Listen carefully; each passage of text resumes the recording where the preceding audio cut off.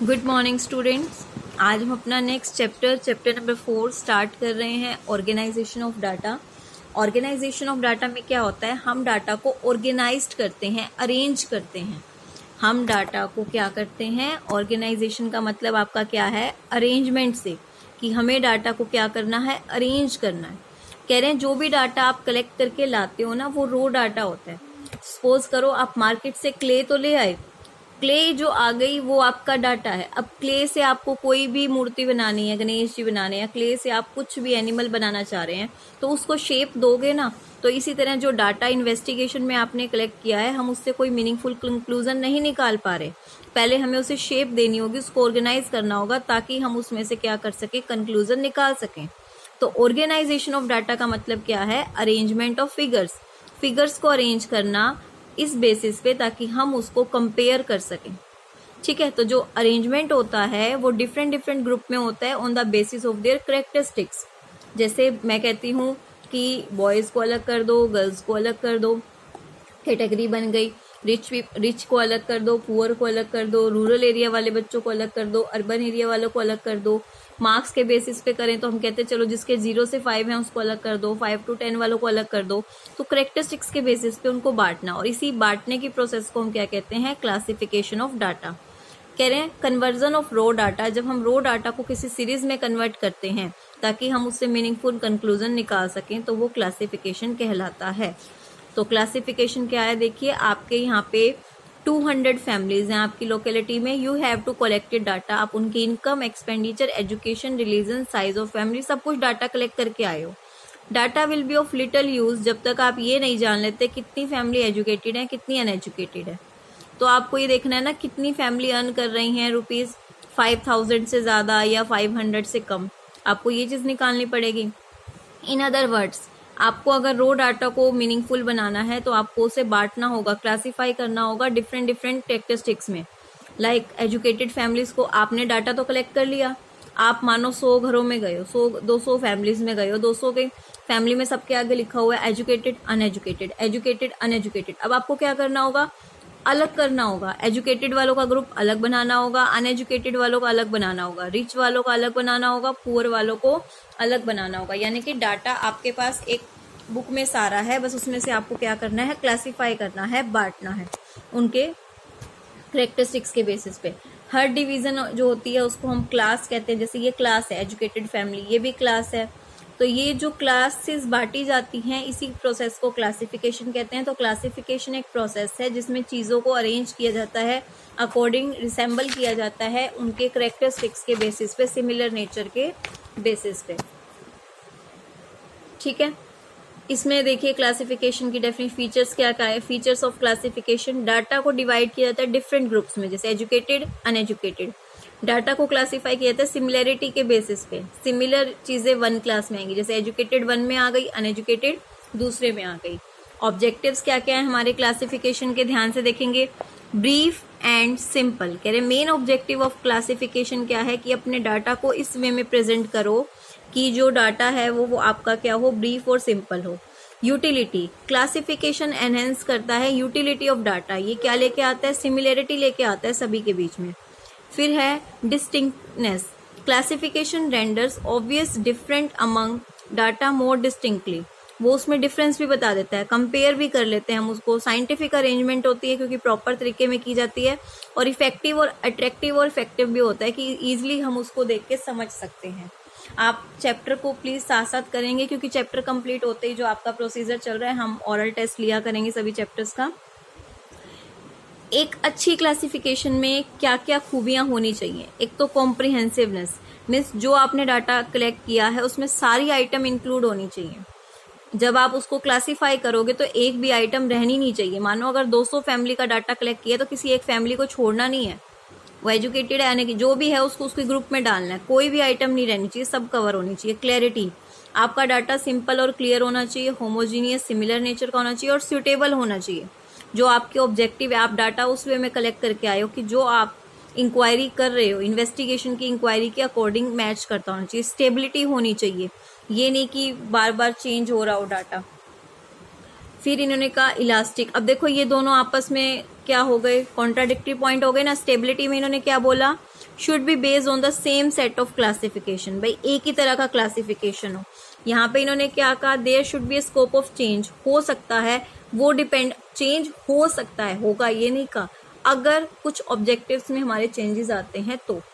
Basic classification कैसा होगा, geographical, geographical आपका होता है एरिया वाइज, ठीक है।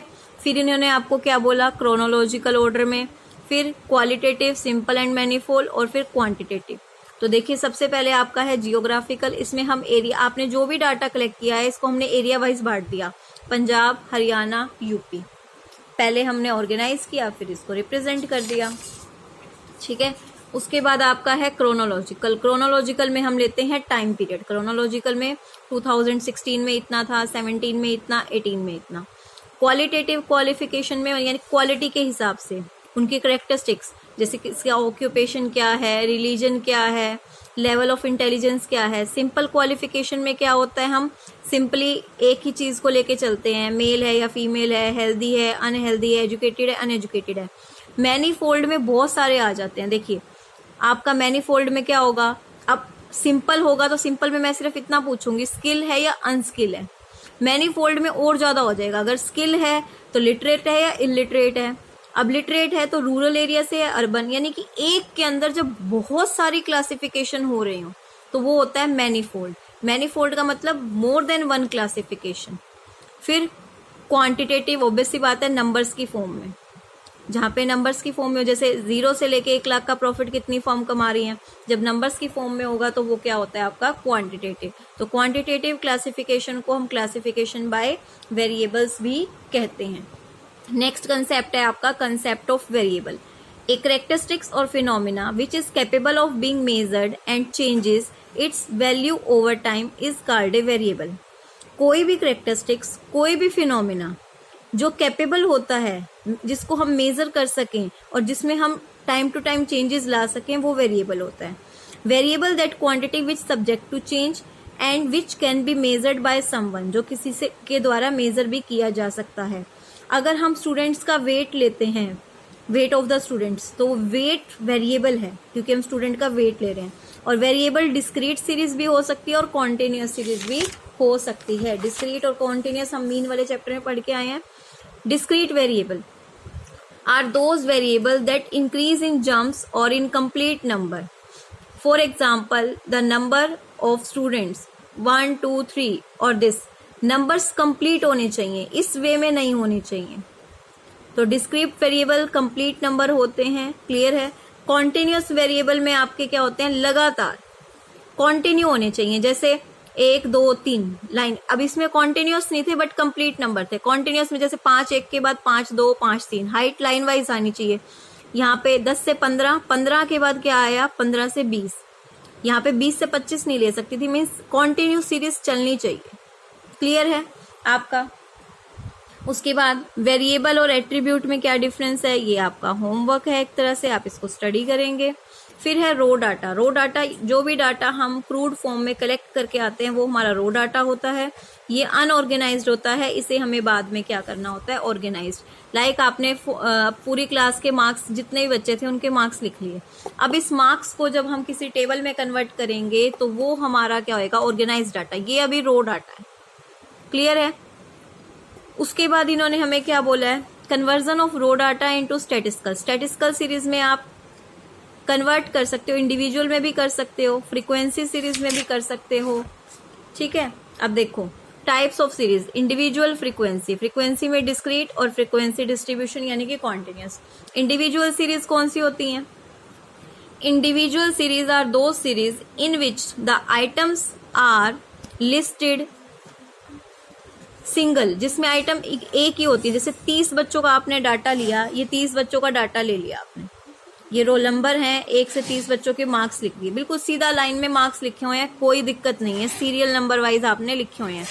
सिंपल डाटा, चाहे असेंडिंग ऑर्डर में लिखे हों चाहे डिसेंडिंग में लिखे हो, मतलब जब डाटा बिल्कुल सीधा एक ही लाइन में लिखा है उसको हम क्या कहते हैं, बिल्कुल सिंपल सीरीज। ये देखो आपने मीन के क्वेश्चन भी करे थे ना, इंडिविजुअल सीरीज बिल्कुल सिंपल। डिस्क्रीट में क्या होगा, अब जैसे यहाँ पे देखो 10 कितनी बार है, 4 बार है ना, तो डिस्क्रीट में हम ग्रुप बना देंगे। डिस्क्रीट में मैं लिख दूंगी 10 4 बार, फ्रीक्वेंसी शो कर दूंगी उसकी। तो डिस्क्रीट में हम क्या करते हैं, हम इसकी फ्रीक्वेंसी शो कर देते हैं। तो देखिए सबसे पहले इसमें क्या क्या होता है, फ्रीक्वेंसी होती है, क्लास फ्रीक्वेंसी और टेली बार। ध्यान से देखेंगे हम डिस्क्रीट सीरीज को कैसे करते हैं।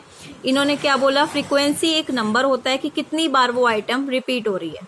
क्लास फ्रीक्वेंसी वो होती है जिसको हम बता रहे हैं, ठीक है, जिसका हम ग्रुप बना रहे हैं। टेली बार की वो नंबर कितनी बार रिपीट हो रहा है। ये देखिए, ये आपकी जो मार्क है ये क्लास फ्रीक्वेंसी है, ये फ्रीक्वेंसी है, ये टेली मार्क है। टेली मार्क 5, 1 2 3 4 5, 5वें पे कट लगता है और कट ऐसे होता है 1 2 3 4 5 6 7 8, ठीक है। उसके बाद आपका डिस्क्रीट सीरीज। डिस्क्रीट सीरीज में क्या होता है, आपकी फ्रीक्वेंसी क्लियरली मेजरमेंट बताई जाती है कि वो कितनी है। लाइक आपको ये डाटा दिया हुआ है, इसको आपको डिस्क्रीट सीरीज में कन्वर्ट करना है, तो जो भी नंबर है उनको एक एक बार तो यहाँ लिख लो। फिर देखो कि 11 कितनी बार है, 12 कितनी बार है, ये हमारी क्या रहती है, डिस्क्रीट सीरीज होती है। क्लियर है। उसके बाद frequency distribution series continuous series होती है। मीन में आप पढ़ के आए हो ना, जिसमें आपका क्या होता है, इट इज दैट सीरीज जिसमें कोई एग्जैक्टली नंबर नहीं होता, जिसमें एक रेंज गिवन होती है, आपको 2 नंबरों के बीच का बताया जाता है कि 10 से लेके 15 तक कितने हैं, 4 बच्चे हैं। 15 इसमें ऐड नहीं होगा, इसमें होगा, इसमें मतलब ऐड हो रहे हैं, जो काउंट हो रहे हैं वो 10 से 14 बच्चे हो रहे हैं। क्लियर है। ये आपकी फ्रीक्वेंसी डिस्ट्रीब्यूशन सीरीज होती है। Frequency distribution and frequency array.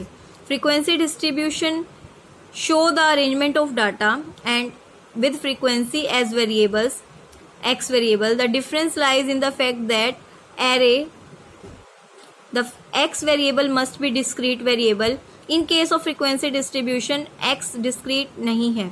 देखिए, ये इसको फ्रीक्वेंसी एरे कहते हैं, डिस्क्रीट जब डाटा डिस्क्रीट होता है। इसको फ्रीक्वेंसी डिस्ट्रीब्यूशन कहते हैं जब ये कॉन्टिन्यूस फॉर्म में होता है, ठीक है। इसमें जो x वेरिएबल है, x वेरिएबल की बात हो रही है, x वेरिएबल डिस्क्रीट होना जरूरी है, इसमें x वेरिएबल कॉन्टिन्यूस होना जरूरी है। क्लियर है आपका। नेक्स्ट टॉपिक है हमारा टाइप्स ऑफ फ्रीक्वेंसी डिस्ट्रीब्यूशन, जो हम नेक्स्ट क्लास में करेंगे, ठीक है। आप इस चीज को अच्छे से करेंगे, कोई डाउट होगा तो मुझसे पूछेंगे। Thank you.